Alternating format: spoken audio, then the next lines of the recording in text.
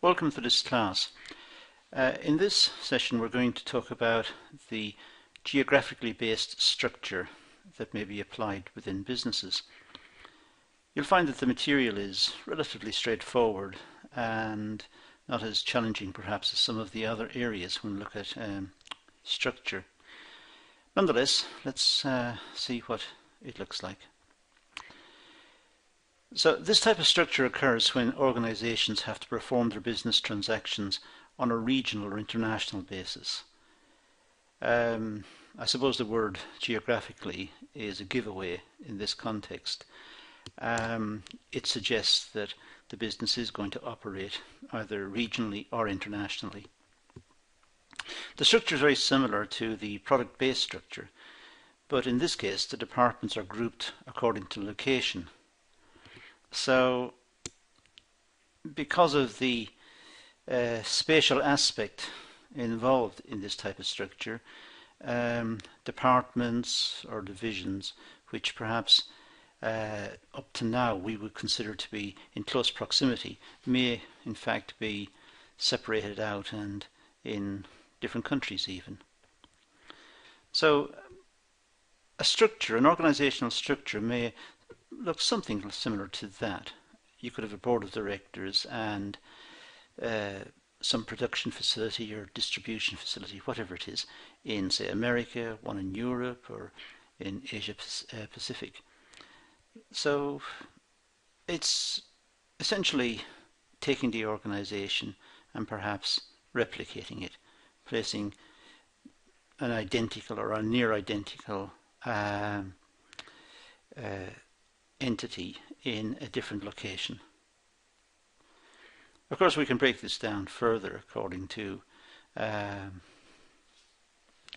how many there are going to be in the different areas. America could be broken down to New York and Texas, for example, and Europe down to England, Germany, France, whatever. So we can imagine the structure being separated out, and we could break those down even further. Say within England you could have Birmingham, London, Manchester, and so on. So this is the basis on which the structure rests. Now let's look at the advantages of this. Well, there's a better focus in communications on the local consumer needs. So the organization becomes identified with the local area. A good example of this would be Sony. Started in Japan, but it's now truly a global brand, and Sony Europe would be seen by many as a European business. Sony America would be seen by many as an American business. So in fact it's the business placed geographically. So one of the reasons why is because there's better communications and because local needs are more easily addressed when the business is positioned locally. It can promote competition between the departments and the divisions of the company. It may be the case, particularly now in our more globalized world, where similar products are being produced, let's say in Europe and in Asia, but perhaps priced differently according to local requirements, local demands, and perhaps have different functionality as well. But you may find some importers importing from the Asian market into Europe. So we have competition between the brands. The same company's products are in competition in the marketplace. So it's quite possible to conceive of competition between the departments and between the divisions, and also to see who is doing better in terms of the overall corporate structure. Companies or a company based, let's say in Europe, might want to show better results than the company based in America or based in Asia or whatever. And of course, as I said earlier, there's better communications within the departments because they are local. It is difficult to trade globally in many respects because of time differences and because of language problems and cultural issues and so on. So having it done locally is more efficient. Now the disadvantages. Well, there could be a lack of cooperation between the various departments. It may be that Sony Europe sees itself as European, more European perhaps than, sorry, more emphasis on the European market than, say, Sony Asia. So its loyalty is to its customers, its workers, its wider stakeholders in Europe than it is perhaps to the requirements of its colleagues in Asia or in America. So there could be disagreements between the various departments simply because they have grown separate, they've grown away from each other.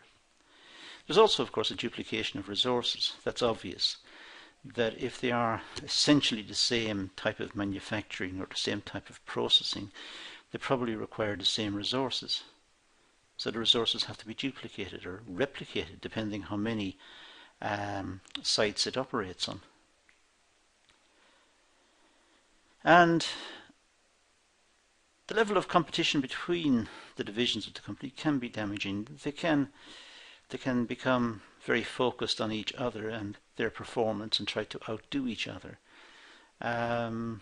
which may not be a good thing for the overall structure of the business. Because a particular division or a particular geographical area is doing well doesn't mean that it's to the advantage of the overall business. Perhaps control from the top will need to balance the different geographical areas and balance their efforts in those areas.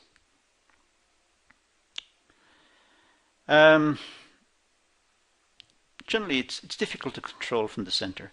Management is difficult across wide geographical areas, and that is a big downside with this geographically based structure. It's difficult to visit the centres. It takes time and effort. Although communications are getting much better because of the internet and because of general improvements in communication technology, it's still a problem. It will always be a problem. Face-to-face in many business respects is the best way to go. So there may be difficulties in that case. So relatively straightforward topic, I think.